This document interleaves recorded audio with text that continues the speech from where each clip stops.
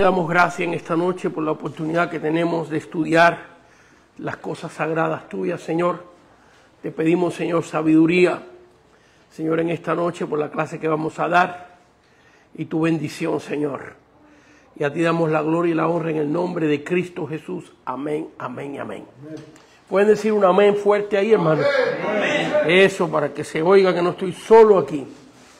Muy bien, hermanos, en esta noche estamos en el libro, en la página 131 y 132. Estamos estudiando, para los que nos ven, el curso del Seminario Teológico Maranatha. Seminario Teológico aquí en la iglesia de Bellflower en Maranatha, donde pastorea el pastor Eric Soto y su esposa Leslie y su familia. Señor, bendecimos a los hermanos Soto, a toda la familia Soto en el nombre de Cristo Jesús. Y este es el libro, Seminario Teológico Práctico. Seminario Teológico Práctico. Esta es la portada. Esta es la parte de atrás del libro. Este es el gruesor del libro. Y aquí hay 3 años de clase. Usted puede adquirir este libro, la clase que vamos a dar hoy, con las notas, con la información, lo puede adquirir en Amazon o en eBay. Este libro, Seminario Teológico Práctico, escrito por mi persona, el pastor Aquiles Acosta. Ahí hay los 3 años de clase, el curso completito. Amén.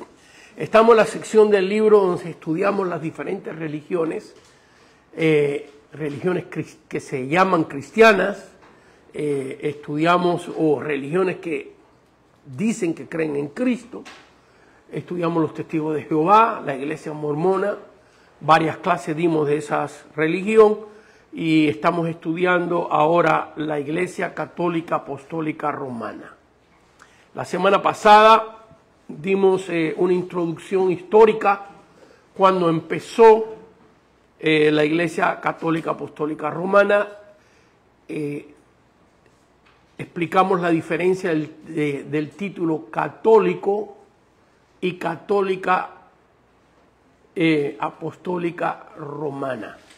Hay una diferencia. La palabra católica es una palabra griega que simplemente significa universal. Y cuando la iglesia empezó, muchos la llamaban la iglesia católica, porque Cristo dio una comisión universal, ir por el mundo y predicar el evangelio a toda criatura.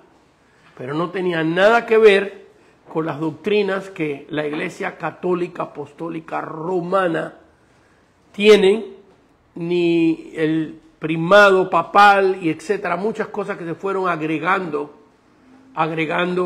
y por fin hubo una división en el año 1054 donde las iglesias desde Grecia hasta toda la tierra palestina, Egipto, todas las iglesias del oriente, del este, se dividieron y entonces la iglesia de Roma adoptó el nombre de Iglesia Católica Apostólica Romana, año 1054.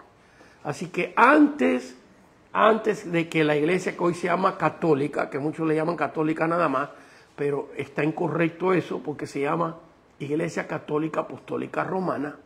Antes de eso, las iglesias todas muchas tenían el nombre de católica porque simplemente significa universal. Así que mira, ¿cómo digo esto? A ver, si usted es bautista, si usted es pentecostal, si usted es de otra denominación, de cierta manera usted es católico, porque usted es universal. Usted tiene una comisión de ganar el mundo para el evangelio. Jesús se lo dijo a sus discípulos, ¿verdad? Y me seréis testigos en Jerusalén, en Samaria y hasta los confines de la tierra. Ir por el mundo y predicar el evangelio a todas las naciones. Y en otro lugar, ir por el mundo y predicar el evangelio a toda criatura. Así que en sí, de la manera que operamos, en la motivación que tenemos de ganar el mundo para Cristo, cabe decir que somos una iglesia universal, una iglesia católica. Así que la iglesia romana se ha apoderado de ese título, está bien. los demás, todos los evangélicos, para que no haya confusión y nos identifiquen a nosotros con la Iglesia Católica Apostólica Romana, desistimos de ese nombre. Es como, por ejemplo, los testigos de Jehová. Si las personas que no conocen de la Biblia y nosotros mencionamos, creemos en Jehová, se creen que somos testigos de Jehová. Pero el nombre Jehová es el nombre de Dios Padre. Está en la Biblia. En otras palabras, el Padre de nuestro Señor Jesucristo, el Dios en que nosotros creemos, tiene un nombre que se llama Jehová. Los testigos de Jehová se han acaparado ese nombre para ellos. Y nosotros, los bautistas, presbiterianos, metodistas, pentecostales, Asamblea de Dios, Iglesia de Dios en Cristo, etcétera, etcétera, etcétera, evitamos decirnos católicos, o evitamos el decir somos testigos de Jehová, porque creemos en Jehová y somos testigos de Él, damos testimonio de nuestro Dios, ¿verdad? Pero evitamos esos títulos porque no queremos que nos confundan con ellos. Pero bueno, mira, ellos se llaman testigos de Jehová, pero nosotros somos hijos de Jehová. Y se me hace a mí que es superior ser hijos que ser no más testigos. Porque los hijos también son testigos. Amén. Bueno, hoy estamos entrando en la Iglesia Católica Apostólica Romana y vamos a entrar en sus doctrinas. Tenemos 3 clases de esto. ¿Cuántos de los que están aquí presentes fueron católicos primero? Levante la mano. Mire, casi la mitad de todos los estudiantes que tenemos aquí, incluyendo mi persona, fuimos católicos, por mucho católicos apostólicos romanos, lo más que no sabíamos que éramos católicos apostólicos romanos, nada más que sabíamos que era católico. Pero yo creo que ya entienden el significado del título, ¿ves? Y se nos hablaban de estas creencias, pero muchos de nosotros ni sabíamos cómo eran estas creencias, simplemente las aceptábamos porque las escuchábamos, porque en el catecismo se nos enseñaron un poquito. Pero hoy vamos a ver, hermanos míos, por ejemplo, la doctrina de la Iglesia Católica Apostólica Romana de las indulgencias. Hoy vamos a estudiar eso. Hoy vamos a estudiar la doctrina de la confesión y absolución del pecado a través de el sacerdote. Y hoy vamos a estudiar la doctrina del purgatorio. Esas 3 doctrinas vamos a ver. No las vamos a estudiar de acuerdo a lo que nosotros creemos, sino que yo le he conseguido a ustedes los documentos católicos apostólicos romanos, los documentos de ellos, que son, hermanos míos, documentos públicos. Usted puede entrar y buscar estos libros que yo voy a citar. Usted puede entrar a YouTube, a Google, y usted puede buscar estos libros que se los estoy dando con título, con fecha, con páginas, para que veamos lo que la Iglesia Católica Apostólica Romana cree y demanda de sus fieles que crean esto. Que crean esto. Esto no es lo que nosotros decimos. Esto es lo que los concilios católicos, voy a usar nada más el nombre católico, ya ustedes saben la diferencia, los concilios católicos, los dogmas católicos y las bulas papales. ¿Qué son las bulas papales? Son órdenes que pone el Papa doctrinal. Esto es lo que se tiene que creer. Mandatorio, obligatorio. ¿Ok? Así que esos documentos vamos a estar examinándolos poco a poco. Así que en su página 131 vemos ahí indulgencias. ¿Lo ven ahí? Indulgencias. A ver, vamos a leer un poquito la introducción porque es importante. ¿Cómo fue que estos dogmas empezaron a infiltrarse en la iglesia? Porque una de las cosas que vamos a ver hoy es que un argumento que tienen los católicos es que los padres de la iglesia en sus tradiciones, en sus dogmas nos transmitieron esto. Eso dicen ellos. Y como los cristianos evangélicos no estudiamos los padres de la iglesia. ¿Quiénes son los padres de la iglesia? Cuando ellos dicen los padres de la iglesia, ¿a quiénes se están refiriendo? Se están refiriendo no a los apóstoles, porque la doctrina apostólica la tenemos en la Biblia. Se están refiriendo a los discípulos de los apóstoles. En la clase pasada estudiamos a Ignacio, un poquito y a Policarpo. Y hoy vamos a ver algunas secciones de las cartas de ellos, donde dan afirmaciones doctrinales. Afirmaciones doctrinales que están totalmente en contra de las dogmas católicas. ¿Ok? Totalmente en contra. Entonces ellos dicen, los padres de la iglesia enseñaron esto. Pero como nosotros no leemos a Agustín de Hipona, ni leemos las cartas de Policarpo, ni leemos las cartas de Ignacio, ni de Clemente, que existen, que usted puede, ahora, hoy en día, antes yo las tenía en libros, ahora usted puede ir a Google y buscar las cartas que Policarpo le escribió a Corintios. Y usted va a leer esa carta y va a ver que está leyendo el apóstol Pablo, está leyendo el apóstol Juan.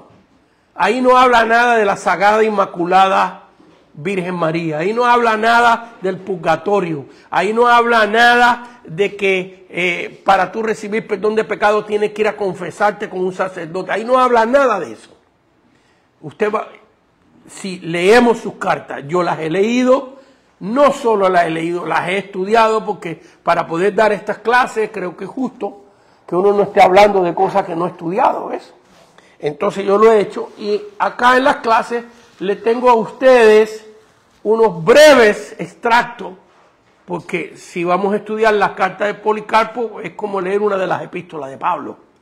¿Ve? Entonces, pero le doy esta información, hermano, para si alguno de ustedes está interesado en esto, sepan dónde conseguirlo. Pero aquí en la clase tienen. Bueno, introducción. Desde los años 300 en adelante, la Iglesia Católica Universal, 380, perdón, de los años 380, Universal comenzó a corromperse y empezó poco a poco a recibir dogmas de tradiciones y culturas más bien que de doctrinas bíblicas. En este estudio veremos cómo y cuándo estos dogmas se infiltraron y llegaron a la iglesia y lejos de la tradición apostólica de los apóstoles y de la doctrina bíblica. En otras palabras, que no están en las doctrinas ni en las epístolas que el apóstol escribió, ni están en la Biblia. El deseo de los reformadores a los fines de los años 1500, como Lutero, como Calvino, etcétera, no era salirse de la iglesia romana, sino reformarla. Eliminar toda tradición sin base bíblica y hacer que la iglesia regresase a las tradiciones apostólicas o lo que la iglesia era antes del año 380. Por esta razón se les dio el nombre de protestante, o se nos ha dado el nombre de protestante, pues protestaron contra los dogmas de la iglesia romana. Así que vemos que ya viene siendo, por citar algunos, a Martín Lutero, Calvino y otros más, y aún otros muchos años antes, que tendríamos que dar un curso de 6-7 meses de historia cristiana, ¿no? Para aprender de estos personajes o de estos ministros de Dios que lucharon contra la iglesia romana sin querer salirse, sino esto no es Biblia, esto no es mandamiento de Dios, esto son doctrinas de hombre y dogmas de hombre. Muy bien. Número romano 1, las indulgencias. Significa remisión, que es una indulgencia. Porque no es una palabra que se usa mucho ahora en el castellano, sino es una palabra que ha mantenido su influencia en la religión romana. ¿Ok? Significa remisión total o parcial de la pena temporal del pecado, concedida por la iglesia romana. ¿De dónde saqué esto yo? Fíjense que estoy citando los libros de ellos. Diccionario Católico, página 320, edición de la Familia Católica, versión bíblica del Elmo Señor Félix Torres Amat. Así que me he tomado el tiempo de buscar los documentos de ellos, nada de lo nuestro. ¿Ok? De lo nuestro solo vamos a buscar los versículos bíblicos. ¿Ok? Vamos a ver. Déjeme explicarle cómo funciona de acuerdo a la Iglesia Romana las indulgencias. Porque los documentos que tenemos aquí son bien antiguos, que todavía ellos los creen, y que todo católico debe de creerlo. Entonces el vocabulario castellano está un poco antiguo, pero yo quise traerle el original. Yo no quise buscar el lenguaje moderno, sino el documento original del libro que usted también puede conseguir otra vez en YouTube. ¿Ok? ¿Qué es la indulgencia? Esto es lo que ellos enseñan. Que hubieron tantos hombres de Dios que han sido canonizados por la Iglesia Romana como santos. Inclusive a Policarpo es uno de los santos de la Iglesia Romana. Cuando él vivió, ni la Iglesia Romana existía. La Iglesia Católica Apostólica Romana. Había una iglesia en Roma fundada por los apóstoles. Bueno, entonces, ¿qué enseñan ellos? Que estos hombres vivieron una vida tan consagrada, tan dedicada, que hay un banco en el cielo de buenas obras. Ellos no le llaman banco, yo estoy usando esa palabra para que se me entienda. Un registro, una memoria de tantas buenas obras en los cielos, que aquí los fieles católicos, si pagan cierta cantidad de dinero, pueden recibir perdón de pecado, porque allá hay tanta consagración, tanta buenas obras guardadas, que usted puede, con la obra de ofrecer dinero para la iglesia, así recibir perdón de sus pecados. Eso es básicamente cómo funcionan las indulgencias. Primero sacaron las indulgencias para que las personas, viendo estas ofrendas, recibieran pecados personales, los que ellos hubieran cometido. Como la cosa funcionó tan bien, después la aumentaron para que usted de adelantado diera indulgencia para pagar por los pecados que usted iba a cometer. En otras palabras, si había un hombre que tenía un amante y se iba a ver la semana que viene con la amante y cometer adulterio porque era un hombre casado y pagaba una indulgencia de antemano, como había tanta santidad guardada en los cielos, es como que esa santidad se le transmitía y no contaba el pecado de adulterio que iba a cometer. Y como les iba tan bien, pues le agregaron a las indulgencias, ¿ves? Una indulgencia total para toda la vida. Todo depende de lo que tú pagaras, ¿ves? Y luego, como le fue tan bien en eso, usted podía pagar indulgencias por los parientes que estaban en el purgatorio, para que ellos no tuvieran que sufrir tanto en el purgatorio y salieran más rápido del purgatorio por la indulgencia que usted pagara aquí en la tierra. Eso es básicamente la doctrina de la indulgencia. Yo se la he expuesto con palabras mías, de un modo que a ver si la entienden, pero vamos a ver el documento de ellos. Y si yo me he equivocado, usted que me está viendo, puede escribir. Si yo me he equivocado, yo voy a leer el documento de ellos, le voy a dar la cita, le voy a dar el concilio, le voy a dar la bula papal, y si lo que está escrito es diferente a lo que yo estoy diciendo, por favor le pido a la clase, ¿cuántos estudiantes hay aquí más o menos? A ver, calcúlenle aquí, ¿cuántos estudiantes hay más o menos? Ahorita aquí en la clase. ¿20 y pico? ¿30? A mí se me hace más. Ok, aproximadamente 30 estudiantes hay aquí. O si, más o menos, ¿no? Ustedes quieren que me corrijan, porque yo quiero que esto quede grabado y que se note, y que se vea que estamos tratando de ser honestos. Que no es cuestión de que nosotros ahora tenemos algo contra la Iglesia Católica, sino queremos ser honestos. Y si usted ha equivocado, quiero que me corrija. ¿Okay? Aquí están los documentos de ellos. ¿Okay? Lo que vamos a leer sale del libro de la Iglesia Católica que utilizan los seminarios para entrenar a sus sacerdotes. ¿Okay? El magisterio de la Iglesia se llama el libro, editorial Herder, escrito en Barcelona, 1963, página 218, artículo 740A, Quinto Concilio de Letrán, del año 1512 a 1517. Así que ustedes tienen ahí la documentación. Y aquí está el extracto de lo que esta orden del concilio, que era bien larga, pero yo les he sacado lo que confiere, lo que tiene que ver con el asunto de las indulgencias. La iglesia, ¿están leyendo conmigo? La iglesia romana, a quien las demás están obligados a seguir como a madre enseña. ¿Entendió eso? Sí.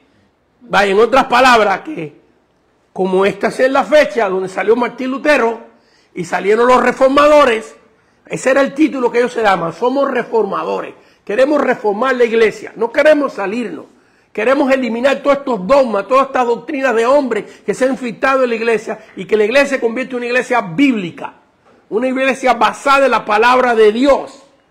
Entonces, ahora ellos dicen, le decían a estas personas y nos dicen a nosotros también, porque esta es una orden de ellos, a quienes las demás están obligados a seguir como a madre.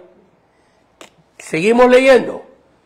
Que el romano pontífice, sucesor de Pedro, el llavero y vicario de Jesucristo en la tierra, por el poder de las llaves a las que toca abrir el reino de los cielos, quitando a los fieles de Cristo los impedimentos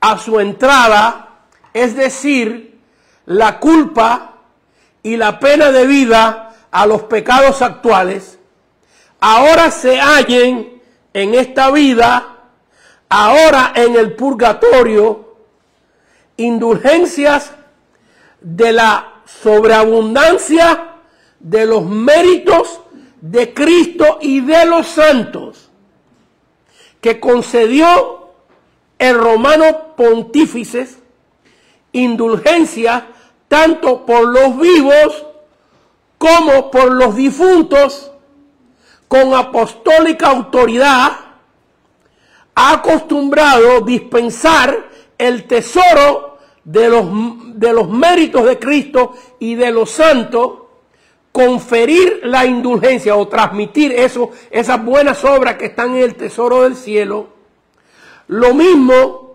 vivos que difuntos, que verdaderamente hubieran ganado todas estas indulgencias, se vean libres de sus pecados. Decretamos por autoridad apostólica a tenor de estas mismas presentes letras, que así debe creerse y predicarse por todos bajo de excomunión.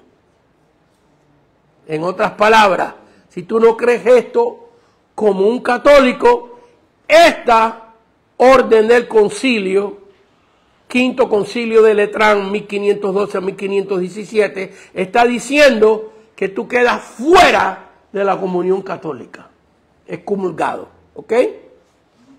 Así que hay muchas bulas y leyes papales que ordenan las indulgencias, pero hemos incluido esta de 1512, ya que explica el dogma romano con amplitud. Así que vamos a leer aquí la explicación que prosigue. Están ahí conmigo donde dice así. la iglesia romana cree que el derecho de perdonar pecados lo dio Cristo a la iglesia romana y a su sumo pontífice. Y ellos dan y distribuyen este derecho según su discreción. Dicen que los santos mártires de la iglesia hicieron más obras de las que le toca hacer. Por lo tanto, en el cielo hay un tesoro de obras extras. Y ahora un ratito vamos a leer el texto de Mateo 6, 19 y 20, pero vamos a leer la nota primero. Que la iglesia y el Papa pueden disponer de este tesoro. Como leímos en el artículo anterior, los méritos de Cristo y de los santos. Los fieles católicos, al dar dinero a cambio de indulgencias, están intercambiando las buenas obras de los santos en el tesoro celestial por las limosnas del penitente, y así quedan absueltas la culpa del pecado. ¿Qué dice la Biblia acerca de esto? Muy bien, Romanos capítulo 14. Primeramente vamos a ver el texto bíblico que ellos consiguen, uno de los tantos, Mateo capítulo 16, Mateo 6, 19, vamos a ir a Mateo capítulo 6, 19. Mateo 6, 19 y 20. Mateo 6, 19 y 20.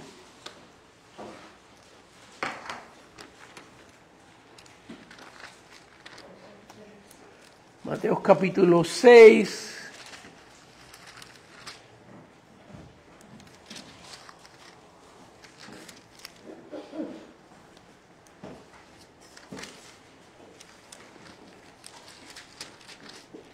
Cinco.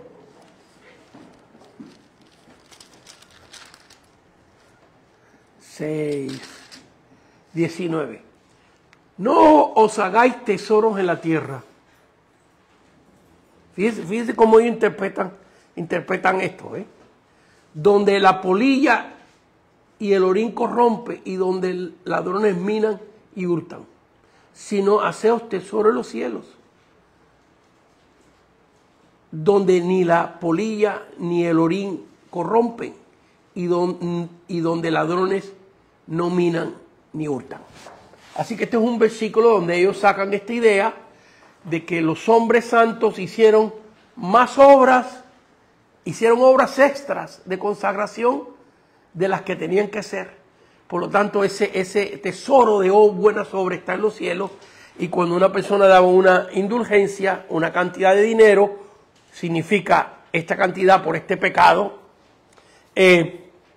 entonces estaba intercambiando esa ofrenda por las buenas obras que están en los cielos, y ese pecado se le perdonaba.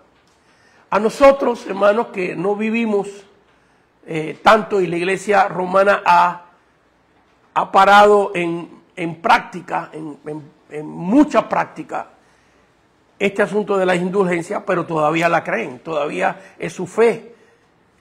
Y esto es una de las razones por las cuales la iglesia nació, la iglesia de Lutero, de Calvino.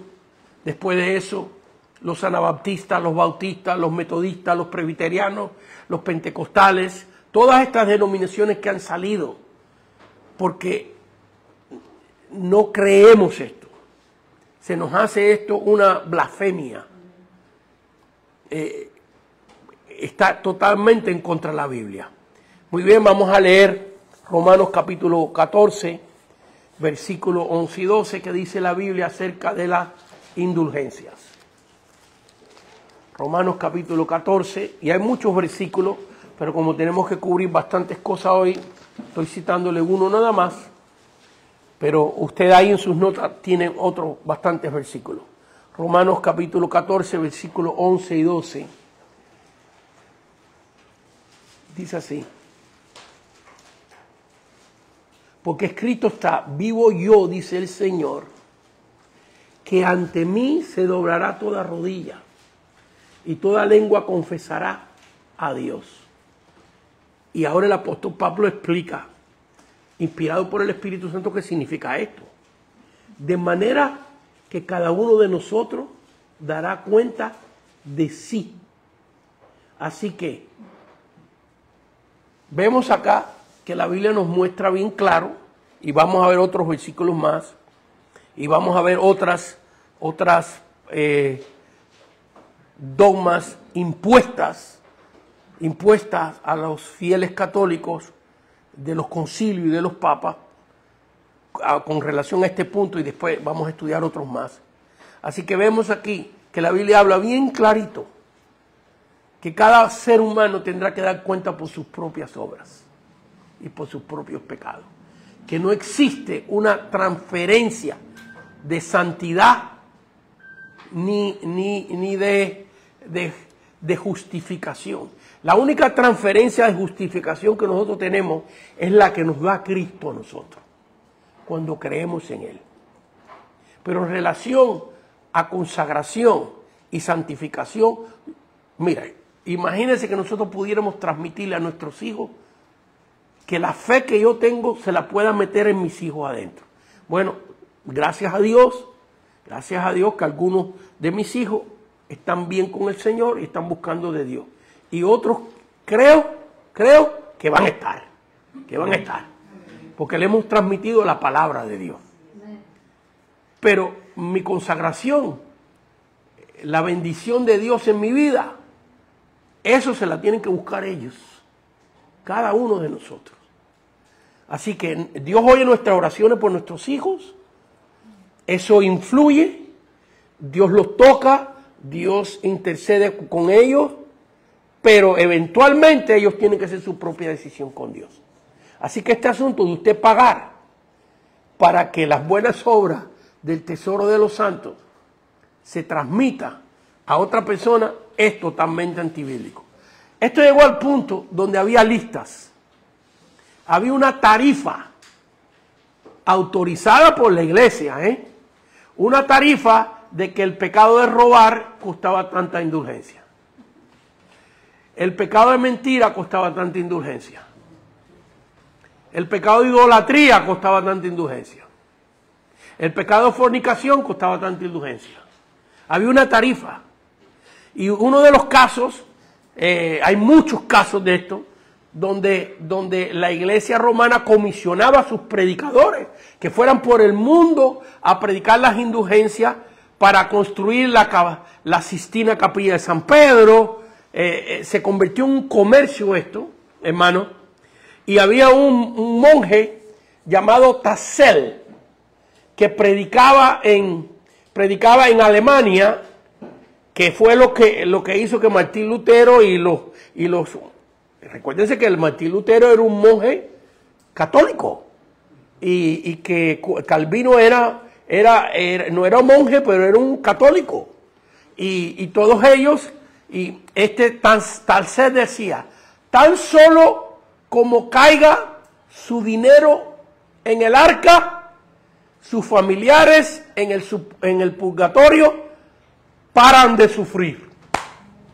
Por ahí hay una religión hoy en día que se llama para de sufrir, ¿no? Bueno, ellos no predican indulgencia, vamos a ser justos, ¿verdad? Pero así, a ese grado llegó la corrupción de las indulgencias. Sigamos leyendo algunos de los artículos. Estamos acá en Números Romanos 1. Las notas están divididas en secciones principales con números romanos y luego con números y con letras. Y estamos ahora en la letra A, que dice el Papa Urbano II. ¿Están ahí conmigo? Sí. ¿Lo encontraron? Sí. El Papa Urbano II, en 1089, concedió absolutas indulgencias, que significa perdón de todos los pecados, a los hombres que se inscribieran en la cruzada para conquistar la Tierra Santa. También a los contribuyentes se les perdonaba pecados de acuerdo a la cantidad que donaban. De aquí en adelante, cada vez que la iglesia necesitaba finanzas, recurría a la venta de las indulgencias. Por dinero se podía recibir perdón por asesinato, adulterio, robo, mentiras, etc. Hubieron épocas que hasta se publicaron tarifas de precio. Subtítulo 3, lo que la Biblia dice con referencia al perdón de pecados. Apocalipsis capítulo 1, versículo 5. ¿Verdad? ¿Qué dice la palabra con referencia a esto? A este asunto de indulgencia. Ahora, ¿podrá haber un católico que diga, como cuando yo me enteré de esto? Porque yo había oído el asunto de la indulgencia, pero ni sabía lo que era. Y yo era monaguillo. Entonces algún católico dice, no, pues yo no creo eso. Bueno, esto está diciendo, la orden está diciendo que la Iglesia Católica te excomulga, te considera anatema si usted no cree esto. Ahora, vamos a suponer que un católico no lo practique, está muy bien, pero la Iglesia Católica está demandando que lo creas. Aunque no lo practique, que lo creas. Muy bien, ¿qué dice la Biblia acerca de esto? Apocalipsis capítulo 1, versículo 5. Y de Jesucristo, el testigo fiel, el primogénito de los muertos, el soberano de los reyes de la tierra, al que nos amó y nos lavó de nuestros pecados con su sangre. Así que la única remisión de pecado que existe hoy para el creyente es la fe en lo que Cristo hizo en la cruz, su sangre derramada por nosotros. Muy bien, Colosenses capítulo 2, versículo 13. Ahí ustedes ven, no voy a leer todos los versículos, ¿verdad? Ahí ustedes los tienen para que los puedan leer. Colosenses capítulo 2, versículo 13.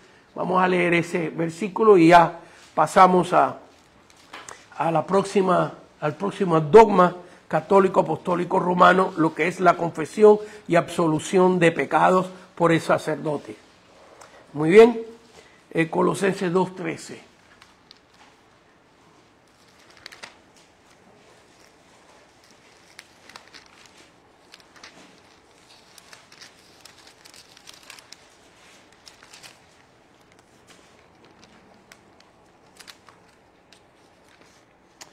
Colosenses capítulo 2, versículo 13. Dice, el cual nos ha librado de la potestad de las tinieblas y trasladado al reino amado. Creo que estoy leyendo el capítulo 1, si no me equivoco. A ver, es Colosenses capítulo 2, 2:13. Es que esta es una Biblia nueva y tengo las páginas bien pegaditas. Y vosotros, estando muertos en pecados y en la incircuncisión de vuestra carne, os dio vida juntamente con él, perdonando todos los pecados. Así que vemos aquí que cuando nosotros pecamos, vamos directamente al Señor, le pedimos perdón y la sangre de Cristo que fue pagada por nosotros nos limpia y nos cubre de pecado. Muy bien. Vamos a ver aquí, me iba a saltar el artículo de Policarpo, pero no me lo quiero saltar. Policarpo, discípulo del apóstol Juan, pastor de la iglesia de Esmirna, cuando vemos el mensaje que el Espíritu Santo manda a la iglesia de Esmirna a través del apóstol Juan, el pastor de esa iglesia era Policarpo. Policarpo, carta a Filipenses, capítulo 1, versículos 2 y 3. El libro BAC, B.A.C.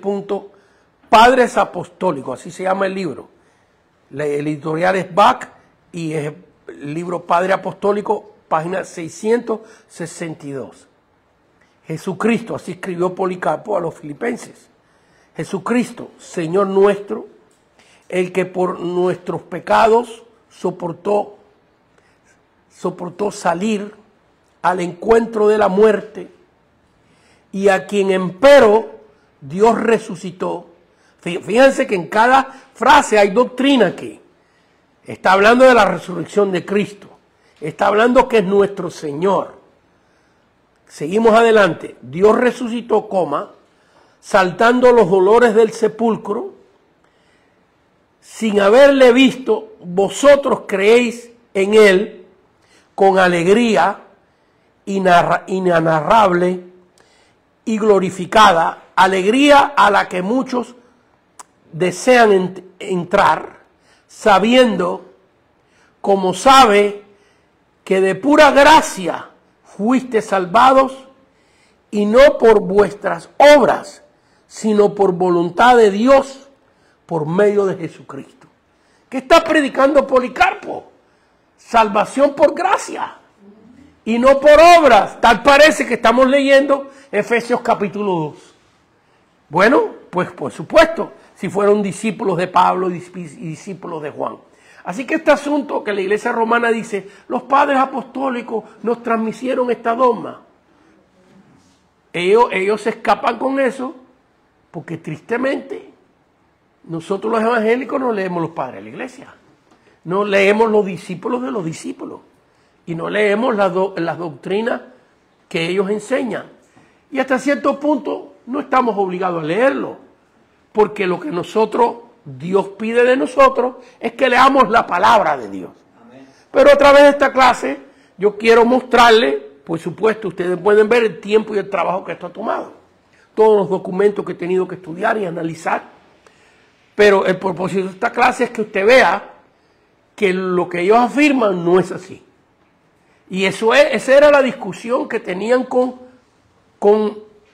la iglesia romana, tanto Martín Lutero como Calvino, que ellos conocían los padres de la iglesia. Ellos los habían estudiado.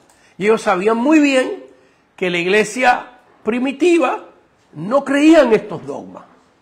Y llegó un punto donde ellos se cansaron, donde dijeron, no, nosotros queremos ser parte de una iglesia bíblica, una iglesia que enseña la palabra de Dios. Muy bien, vamos al próximo dogma romano, confesión y absolución de pecado.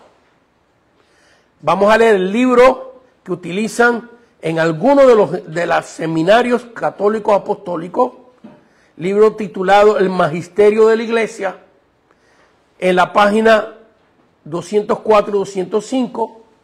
Otra vez, todo esto es público, usted lo puede conseguir en YouTube, en los medios masivos. Artículo 600, Concilio de Florencia, año 1438-1445. Esto dice este documento de este concilio católico apostólico romano. La forma de este sacramento, en otras palabras, el que la persona vaya, se arrodille, confiese sus pecados delante de un sacerdote y el sacerdote diga, te absolvo, ellos lo llaman un sacramento. ¿Qué es un sacramento? Algo sagrado. Sacro, sagrado. ¿Ok? Y fíjense, esto es lo que ellos dicen. La forma de este sacramento son las palabras de la absolución que profiere el sacerdote cuando dice, yo te absolvo, etcétera. El ministro de este sacramento es el sacerdote que tiene autoridad de absolver ordinariamente y por comisión de su superior. El efecto de este sacramento es la absolución de los pecados. A ver, la nota, sigamos leyéndolo en la explicación de esto. Aparte de las indulgencias, otro método de perdón de la iglesia romana es la confesión de los pecados a un sacerdote, el cual impone al confesante penitencias para pagar por su pecado y le absuelve de los mismos según de ellos. Penitencia, Diccionario Católico, página 325. Penitencia sacramental es el conjunto de oraciones o actos de piedad que el confesor impone al penitente. Así que aquí vemos, y esto es algo que la iglesia lo practica, y es más, que si tú no vas y te confiesas, no eres digno para tomar lo que ellos le llaman la hostia. Así esta es una práctica vigente de hoy, que toda persona, es más, que tú no puedes tomar la comunión o la hostia, a no ser que hagas un catecismo primero, hayas sido bautizado como católico y te confieses.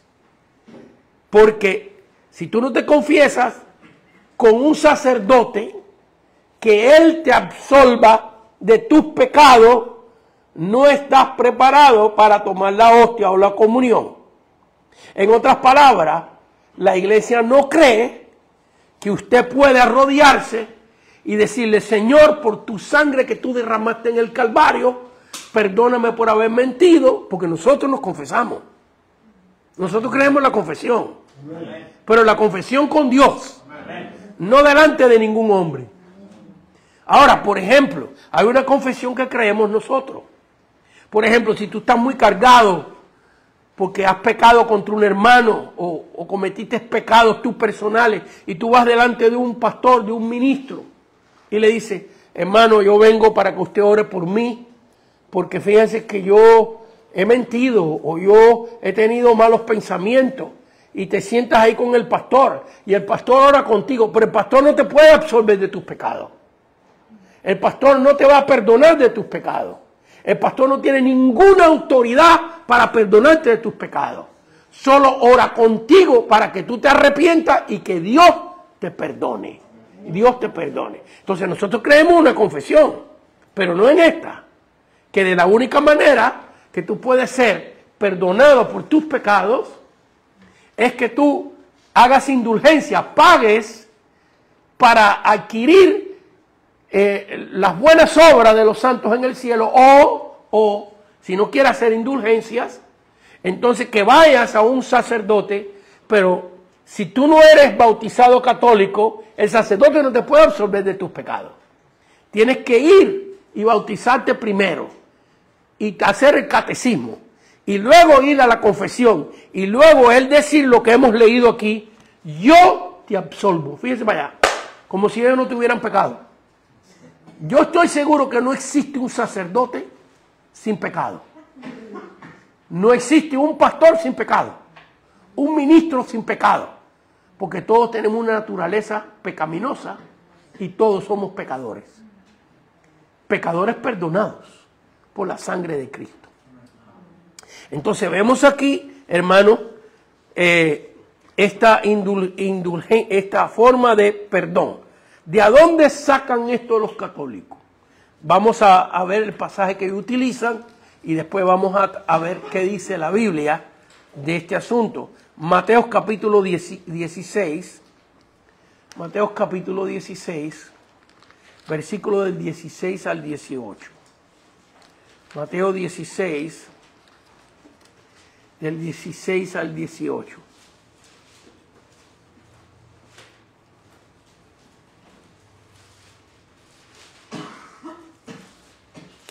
Mateo capítulo 16, versículo del 16 al 18. Y les dijo, vamos a esperar porque oigo páginas. Mateo 16, del 15, vamos a leer. Y les dijo: vosotros, ¿quiénes decís que soy yo? Respondiendo Simón Pedro, dijo: tú eres el Cristo, el Hijo del Dios viviente. Entonces le respondió Jesús: bienaventurado eres Simón, hijo de Jonás, porque no te lo reveló carne ni sangre, sino mi Padre que está en los cielos. Y yo también te digo que tú eres Pedro, y sobre esta roca edificaré mi iglesia, y las puertas del Hades no prevalecerán contra ella. Así que, y a ti te daré las llaves del reino de los cielos, y todo lo que atares en la tierra será atado en los cielos, y todo lo que desatares en la tierra será desatado en los cielos. Así que vemos que ellos utilizan este pasaje bíblico para decir que el sacerdote es el que tiene la autoridad para perdonar pecado. Así que, ¿cómo explicamos esto? ¿Cómo explicamos esto? Y primeramente tenemos que decir que no se puede hacer una doctrina de un solo pasaje bíblico. Que hay que tomar ese pasaje bíblico y compararlo con los otros textos de la Escritura. En versículo 17 dice: entonces le respondió Jesús: bienaventurado eres Simón, hijo de Jonás, porque no te lo reveló, lo que dijo Pedro, no te lo reveló ni carne ni sangre, sino mi Padre que está en los cielos. Y yo también te digo que tú eres Pedro, y sobre esta roca edificaré mi iglesia, y las puertas del Hades no prevalecerán sobre ella. Así que ellos interpretan que Pedro es la roca, porque también el nombre Pedro significa Petra, que significa piedra. Pero en esta confesión que Jesús está haciendo, ellos dicen: porque tú eres Pedro, y sobre esta roca edificaré mi iglesia. No dice edificaré mi iglesia sobre ti, sino sobre esta roca. ¿Cuál roca? ¿A qué se está refiriendo? A la confesión de Pedro. ¿Cuál es la confesión de Pedro? El versículo 16: y respondió Simón Pedro: tú eres el Cristo, el Hijo del Dios viviente. Sobre esta roca es que se va a edificar la iglesia. De que Jesús es el Cristo, el Hijo del Dios viviente. Claro, al Pedro creer esto, es bienaventurado. Les pregunto a ustedes, hermanos, los que están aquí en esta clase hoy: ¿ustedes son bienaventurados? ¿Y por qué ustedes son bienaventurados? ¿Por qué? ¿Cuál es la razón de que ustedes son bienaventurados? Antes de conocer a Cristo, ¿ustedes eran bienaventurados? Entonces, antes de conocer al Señor, a Cristo, ustedes no eran bienaventurados. Pero en el momento que usted creyó que Jesucristo es el Hijo del Dios viviente, y lo creyó de corazón, el Espíritu Santo entró en tu vida y usted es un bienaventurado. ¿Y quién es el que te hace bienaventurado a ti? ¿Tu papá? Estamos agradecidos con nuestro Padre. Pero aquí estamos hablando de bendiciones espirituales. ¿Ve? ¿Quién te transmitió a ti las bendiciones espirituales? A ver, ¿quién? ¿Quién puede contestar que se oiga hasta acá? Jesucristo. ¿Tan flojito lo dicen ustedes? ¿Le hace falta un café o qué? ¿Usted entiende lo serio de lo que estamos hablando aquí ahora?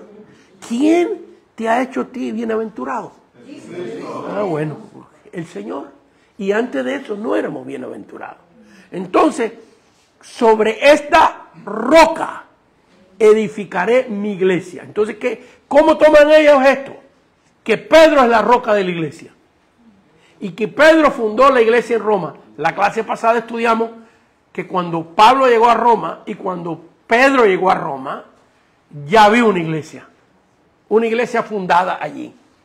Que pensamos que fue Aquila y Priscila la que la fundaron, porque cuando Pablo le escribe a Priscila y Aquila que están en Roma, les manda un saludo a la iglesia que está en su casa. Y vemos los nombres de los ministros que estaban ahí.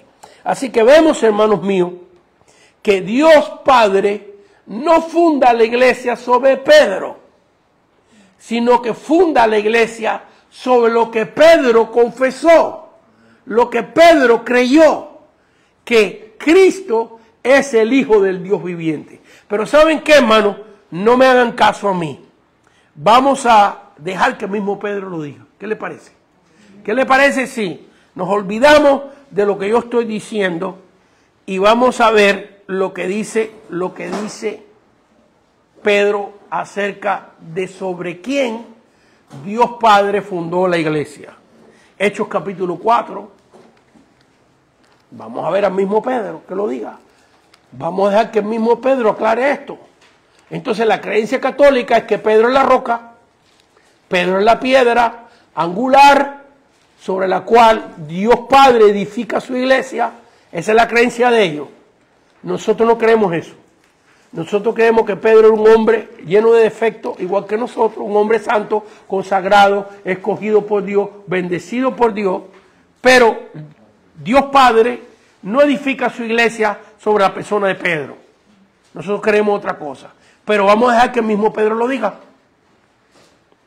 Vamos a dejar que el mismo Pedro lo diga. En el libro de los Hechos, capítulo 4, versículos 11 y 12, este es Pedro predicando en el templo de Dios, en el mismo templo. Este Jesús es la piedra reprobada por vosotros. Él está hablando a los israelitas, a los que no creían en Cristo. Y le está diciendo, este Jesús es la piedra reprobada por vosotros, los edificadores, la cual ha venido a ser cabeza del ángulo. Y en ningún otro hay salvación, sino en mí, que soy Pedro, la piedra angular. No. ¿Dice eso? No. ¿Seguro que no dice eso? Seguro. Ah, ok, déjame leerlo otra vez porque estos lentes ya me voy a tener que hacer nuevos lentes. Y miren, aquí estoy usando, si ustedes me ven aquí, estoy usando hasta una lupa. Ok, leo otra vez. Este Jesús es la piedra reprobada por vosotros, los edificadores, la cual ha venido a ser cabeza del ángulo. Y en ningún otro significa que no hay ninguna otra persona, ¿ok? Ni nadie. Y en ningún otro hay salvación, porque no hay otro nombre debajo del cielo dado a los hombres en que podamos ser salvos. Así que vemos con toda claridad que la Biblia dice aquí, el mismo Pedro nos está diciendo aquí, que la piedra en la cual Dios Padre edifica su iglesia no es Él, sino es Cristo. Y en ningún otro hay salvación, porque no hay otro nombre bajo el cielo dado a los hombres en que podamos ser salvos. Y la gente que son salvas, ¿son la iglesia? Les pregunto. ¿O la iglesia es un edificio? ¿La iglesia es un edificio? Les pregunto. No. ¿Quiénes son la iglesia? ¿Los salvos? Los creyentes. Amén. Gloria a Dios. Qué bueno que están contestando, porque quiero que haya testigos de esto. Así que, porque no se crea que no me escriben textos, ustedes no los ven. Pero cada vez que doy una clase y entro en temas controversiales de esto, me maldicen, me dicen que me voy a ir al purgatorio, me dicen todo tipo de cosas. Por eso quiero que vean que, porque ellos me dicen que yo me voy, pues entonces para que crean que no me voy solo, por lo menos.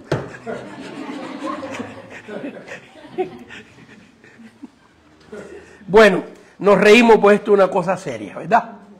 Es una cosa seria.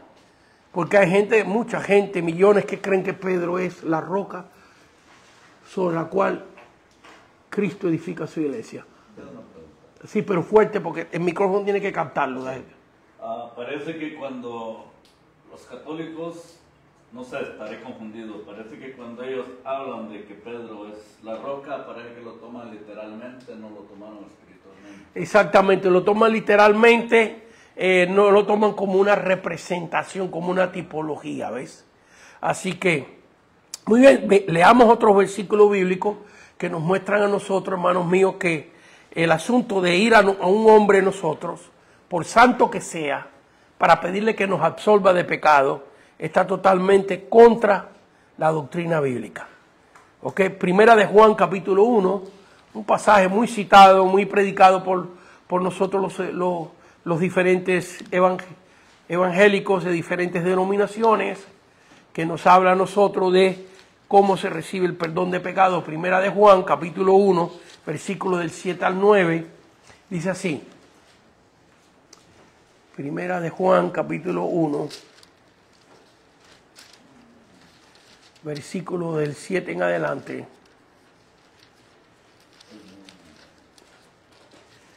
Dice así: pero si andamos en luz, como Él está en luz, tenemos comunión unos con otros, y la sangre de Jesucristo, su Hijo, nos limpia de pecado. Déjenme hacerle una pregunta a ustedes. Y necesito que me conteste con fuerza porque este micrófono tiene que captar. Esto lo escribe el apóstol Juan. ¿Ustedes creen que haya un sacerdote católico, vamos a darle un rango, un obispo católico, más santo que Juan, el apóstol? No. ¿Será posible eso? No. ¿Ustedes creen que ha habido un papa más santo, más justo que el apóstol Juan, que lo echaron en una paila a sentir viendo? No. Yo tampoco. Y mira lo que dice él aquí. Pero si andamos en luz, como Él está en luz, tenemos comunión los unos con los otros, y la sangre de Jesucristo su Hijo los limpia de pecado. No. No dice el los. Dice nos. Nos. Se incluye Él. Amén. Que el apóstol Juan, más puro, más santo que cualquier sacerdote que haya sobre la faz de la tierra, incluyamos a los ministros evangélicos, a todos, más santo que todos los ministros que hayan vivido y que vivan hoy sobre la faz de la tierra, nos dice que Él tenía pecado. ¿Lo ven? Y la sangre de Jesucristo, su Hijo, se incluye, nos limpia de todo pecado. Si decimos, se vuelve a incluir, si decimos, Él se incluye, que no tenemos pecados, nos engañamos a nosotros mismos y la verdad no está en nosotros. Así que Él está diciendo que Él necesita perdón de Dios. Si confesamos nuestros pecados al sacerdote, ¿no dice eso? No. Si confesamos nuestro pecado al Papa, tampoco dice eso. Si confesamos nuestros pecados al mejor ministro evangélico, consagrado y más santo que hay sobre la faz de la tierra, ¿no dice eso tampoco? Si confesamos nuestro pecado, Él, singular masculino, refiriéndose a Cristo, es fiel y justo para perdonar nuestros pecados y limpiarnos de toda maldad. Si decimos que no hemos pecado, le hacemos a Él mentiroso y su palabra no está en nosotros. Así que por eso nosotros no vamos a confesarnos con otro hombre. Podemos ir, y como di el ejemplo, por ejemplo, si tú has pecado contra un hermano y le has hecho un mal a una persona, tú vas y le pides perdón al hermano por lo que le hiciste, porque lo ofendiste a él. Eso es bíblico. Y el hermano te va a decir, no te perdono. O el hermano te va a decir, sí te perdono. Ya sea que él te perdone o no te perdone, tú recibes perdón de pecado, porque estás haciendo lo que la palabra del Señor dice. Así que si Él no te quiere perdonar con todo y eso, si tú de verdad estás arrepentido y vas y le pides perdón al hermano por lo que le hiciste, y Él te dice, no te perdono porque estoy enojado contigo todavía, hasta que Dios me lo quite. Cuando Dios me lo quite, entonces te perdono. Bueno, ahora el problema lo tiene Él, porque no te ha perdonado cuando tú fuiste a pedir perdón, y la palabra dice que si tú pecas contra otra persona, vete y arréglate con él y pídele perdón. Entonces, sí creemos en ir a pedir perdón a otra persona, pero esa persona no te va a perdonar. Te perdona la acción que tú le hiciste a él, pero no te perdona el pecado que cometiste con Dios. Solo Dios te lo perdona. Y si tú haces lo que Dios te dice que debes hacer, recibes perdón por la sangre de Cristo Jesús. Amén. Hay muchos versículos más, hermanos, pero nos quedan unos minutos y vamos a avanzar. Le damos la vuelta a la página, ¿ok? Tengo otra cita de otro padre de la iglesia, de Clemente, que es muy interesante. Clemente fue el segundo ministro o el segundo líder, porque el término de papa no existía. Después que Pedro, ¿cómo fue esto en la iglesia de Roma? No sabemos con exactitud quién fue el fundador de la iglesia de Roma. Lo mejor que podemos saber bíblicamente es lo que estudiamos en la clase pasada, que vimos que el apóstol Pablo, cuando llega a Roma, arrestado, ya hay una iglesia en Roma que lo recibe. Alguien fue antes que Pablo, porque Pablo fue primero que Pedro a Roma. Pedro vino después. Después que Pablo murió, fue que Pedro vino a Roma a seguir predicando la palabra del Señor. Y Pedro es sentenciado, Pablo es sentenciado a muerte, decapitado por ser ciudadano romano, pero Pedro es sentenciado a muerte, ser crucificado. Y él pide, cuenta la historia, no está en la Biblia, pero él pide ser crucificado boca abajo, porque él no quería morir, se consideró que no era digno de morir crucificado como murió el Señor. Y Pedro muere. ¿Quién se queda en la iglesia de Roma? Bueno, aquí está la persona que se queda. Algunos dicen que es, después de Pedro, hubo otro ministro, no traje su dato porque quería buscar del que más evidencia había. Y algunos creen que después que Pedro muere, hay otro líder en la iglesia de Roma y luego hay otro más que se llama Clemente. Y ese es el dato que le traigo de Clemente. Pero algunos creen que Clemente fue el líder, así como Policarpo en Esmirna.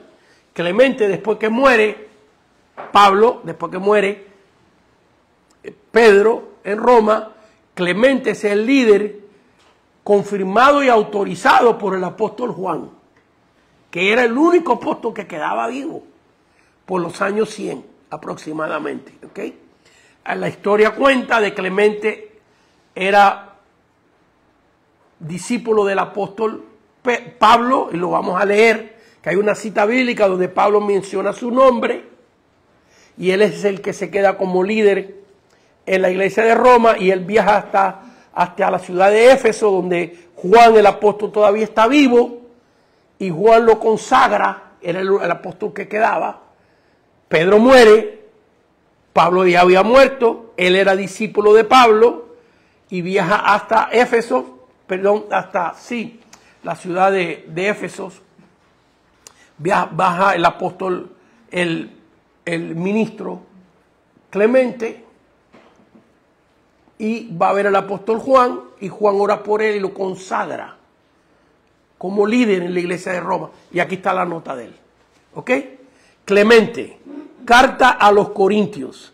Usted puede buscar esa carta, la puede leer usted mismo si quiere.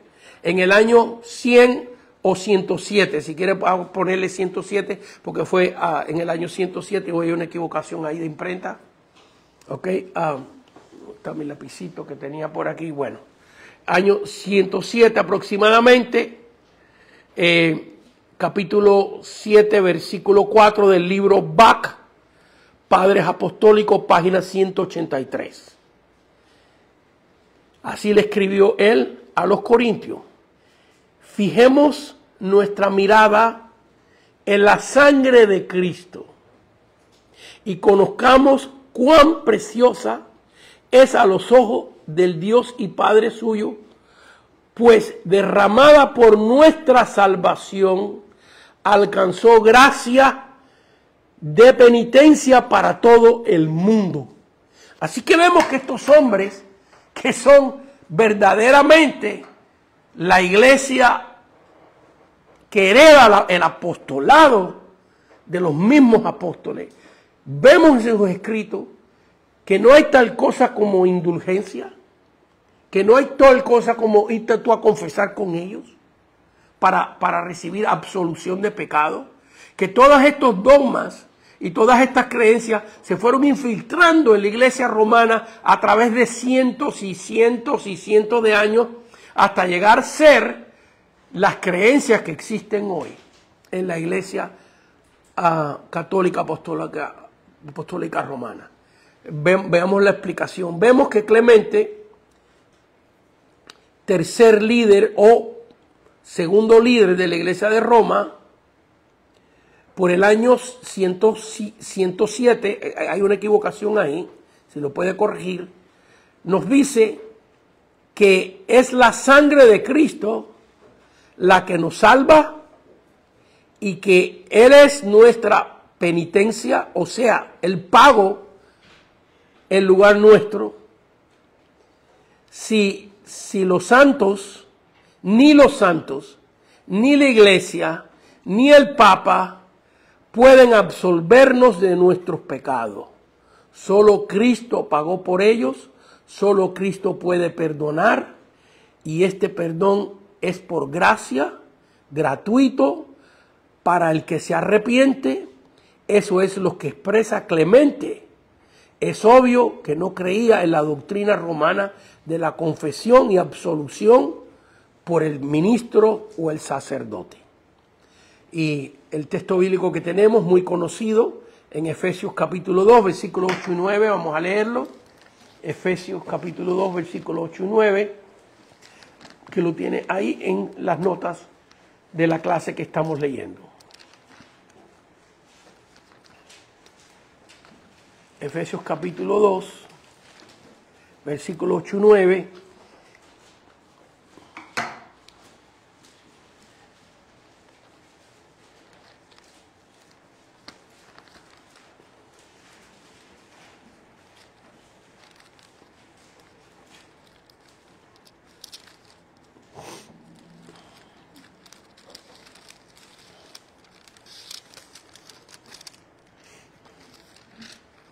Efesios capítulo 2, versículos 8 y 9.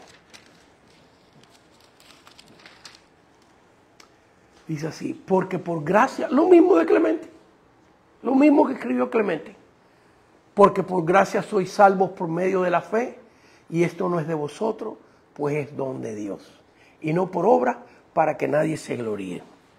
Así que vemos aquí, vamos a ir a Filipenses capítulo 4, versículo 3, para que veamos que Clemente era un discípulo de Pablo.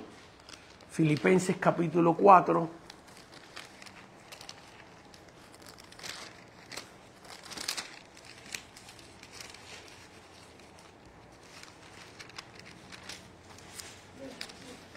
Filipenses 4, versículo número 3. Filipenses 4, versículo número 3. Asimismo te ruego también a ti, aquí está escribiéndole Pablo a un ministro, compañero de él, de los filipenses, compañero fiel, que ayudes a estas que combatieron juntamente conmigo en el Evangelio, con Clemente, ya aparece el nombre del ¿ves? También, y los demás colaboradores míos, cuyos nombres están en el libro de la vida. Así que vemos aquí que Clemente fue un ministro que el mismo apóstol Juan entrenó. Y las cartas de él existen, de estas personas que fueron discípulos de los apóstoles como Policarpo, Ignacio, Clemente, etc. Hay otros también. Se conservan cartas de ellos, que usted las puede leer, yo las he leído. Y ahí no hay ninguna de estas doctrinas que la Iglesia Católica Apostólica Romana adquirió en muchos años. Nos quedan solamente como unos 15 minutos y ustedes pueden ver en la página 132 que nos queda la doctrina del purgatorio. Así que voy a ir muy rápido con ella. Muy bien. El purgatorio. Diccionario católico. Página 323. Lugar donde temporalmente las almas se purifican debido a las penas impuestas por los pecados cometidos, antes de entrar al cielo y gozar de Dios eternamente. Así que vemos que la Iglesia Romana cree que si un cristiano, un católico, muere, pero no se ha arrepentido también, no se confesó, no comulgó, tiene pecados pendientes, no va al cielo, va al purgatorio, a un lugar donde va a pagar por un tiempo por esos pecados para poder calificar a entrar al cielo. Nosotros los evangélicos, por supuesto que no creemos esto. Que la Biblia no habla de tal cosa como purgatorio, no existe, no está en la palabra de Dios. Y que no hay ningún lugar donde tú puedes ir a pagar por los pecados para pasar al cielo. Que cuando uno acepta a Cristo como Señor y Salvador, su sangre nos libra de pecado y se supone que vivamos una vida consagrada a Dios y arrepintiéndonos de esos pecados. Muy bien, ¿qué dice los concilios católico, apostólico, romano? Subtítulo 1, Magisterio de la Iglesia, así se llama ese libro, por si lo quieren conseguir, Magisterio de la Iglesia, página 200 y 201, artículo 693, Concilio de Florencia, del año 1438 al año 1445. Asimismo, si los verdaderos penitentes salieron de este mundo antes de haber satisfechos con sus frutos dignos de penitencia por lo cometido y omitido, sus almas son purgadas con penas purificadoras después de la muerte, y para ser habilitadas de esas penas les aprovechan los sufrimientos de los fieles vivos, los sufragios de los fieles vivos, tales como el sacrificio de la misa, oraciones y limosna, y otros oficios de piedad que los fieles acostumbran practicar para los otros fieles según las instrucciones de la iglesia. Así que, ¿qué está diciendo aquí? Que una persona viva puede pagar limosnas, ofrendas, dinero, para que las personas que están en el purgatorio, sus familiares, se les quite la condenación, se les quite el sufrimiento. Avancemos un poquito porque nos queda poquito tiempo. Magisterio, el subtítulo de Magisterio de la Iglesia, página 214, 215, artículo 723A, bula, esto es una orden papal, algo que escribió el Papa, bula de 3 de agosto de 1476, queriéndonos socorrer por autoridad apostólica las almas que están en el purgatorio, condenados, y justamente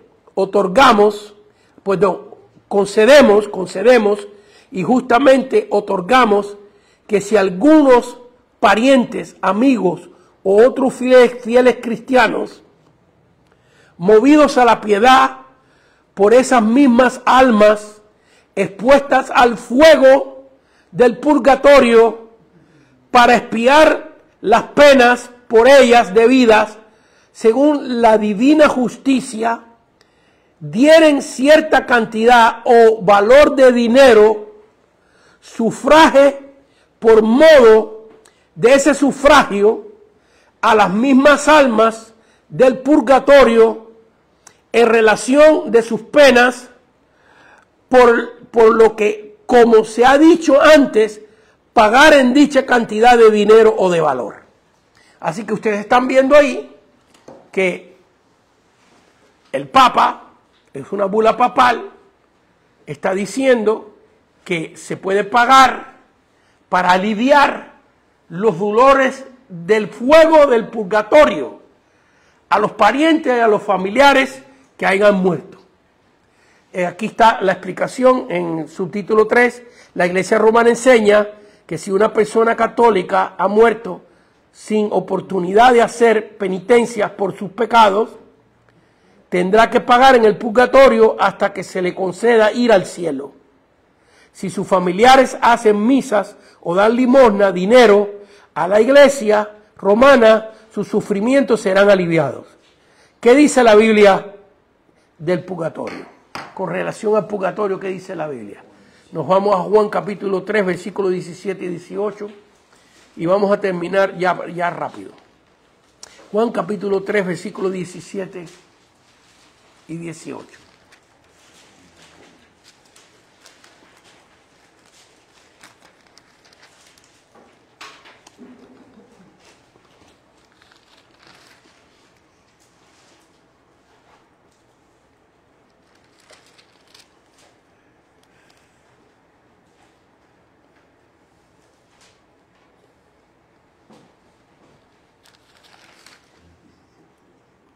Dice, Porque no envió Dios a su Hijo al mundo para condenar al mundo, sino para que el mundo sea salvo por él. El que en él cree no es condenado, pero el que no cree ya ha sido condenado porque no ha creído en el nombre del unigénito Hijo de Dios. ¿Qué nos está diciendo ahí la Biblia? Que no hay tal cosa como purgatorio. Que una persona, si ha creído en Cristo, es salvo. Y si no ha creído en el Señor, y por supuesto aquí lo estamos poniendo de una manera muy ligerita, porque creer en el Señor significa apartarse del pecado, vivir una vida consagrada y una vida que glorifica a Dios. Pero este asunto de ir, después que uno muere, a pagar por un tiempo en un purgatorio, no es bíblico, no está en la palabra del Señor. Nos vamos al libro de Tito, eso no lo tiene en sus notas. Mira, ahí en sus notas, por si alguna persona nos está viendo y está anotando, Primera de Juan 5, versículos 11 y 12, Primera de Juan 5, versículos 11 y 12, Tito, capítulo 3, versículos 5, 6 y 7, nos habla con toda claridad de que no hay tal cosa como un purgatorio. Muy bien, vamos al libro de Tito, capítulo 3, versículos del 4 al 7. Al libro de Tito, capítulo 3, versículos del 4 al 7, y con esto vamos a terminar. Lo que falta en la clase de leer, bueno, vamos a ver si me quedan unos minutitos, los leo. El libro de Tito,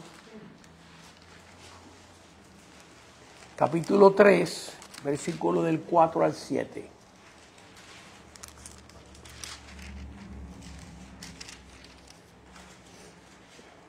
Dice, pero cuando se manifestó la bondad de Dios, nuestro Salvador, y su amor para con los hombres, nos salvó, no por obras de justicia que nosotros hubiéramos hecho, sino por su misericordia, por el lavamiento de la regeneración y por la renovación en el Espíritu Santo.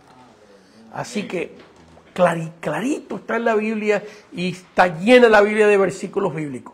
A ver, ahí el subtítulo 5 le conseguí una nota de Policarpo. Ok, Policarpo, 22 de febrero del año 1955, del año 155. Dije del año 1955, ayúdame Señor. Otra vez, Policarpo, 22 de febrero del año 155, en la ciudad de Esmirna, delante del procónsul romano. El procónsul romano Estacio Cuadrado.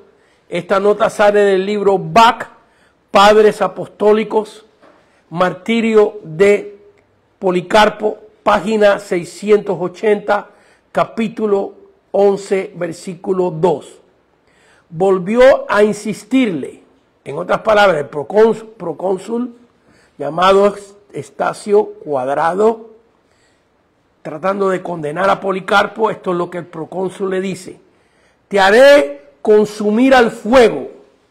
Y Policarpo dijo: me amenazas con un fuego que arde por un momento y al poco rato se apaga.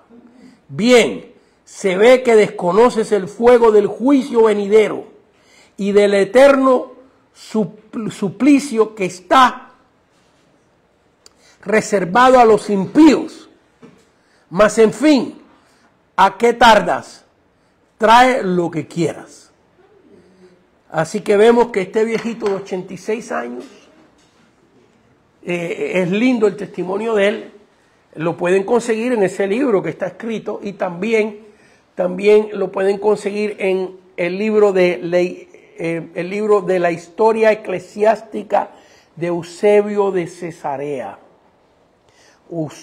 Historia eclesiástica de Eusebio de Cesarea, escrita en el año 325 de la era cristiana.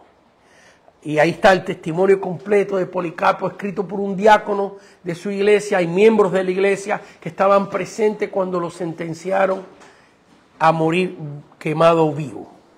Así que lo demás que queda en la clase, ahí hay muchos versículos bíblicos, etcétera. Usted estúdielo con cuidado. Vamos a orar para ser despedidos. Démosle un aplauso al Señor. Señor, te damos gracias en esta noche por este tiempo que hemos tenido y estudiado esta clase. Gracias, Señor. Te pedimos por los católicos, que hay muchos que te aman, muchos, Señor, que creen en ti de todo corazón, que tú de alguna manera los ilumines leyendo tu palabra. Los amamos, oramos por ello. Muchos de nosotros fuimos parte de la Iglesia Católica Apostólica Romana y tú en tu misericordia nos concediste ahora pertenecer no a ninguna religión, sino pertenecer a ti, Señor. Somos tuyos, Cristo, y te pedimos por la Iglesia Católica Apostólica Romana. Pedimos tu bendición sobre ella. En el nombre de Cristo Jesús, amén, amén y amén.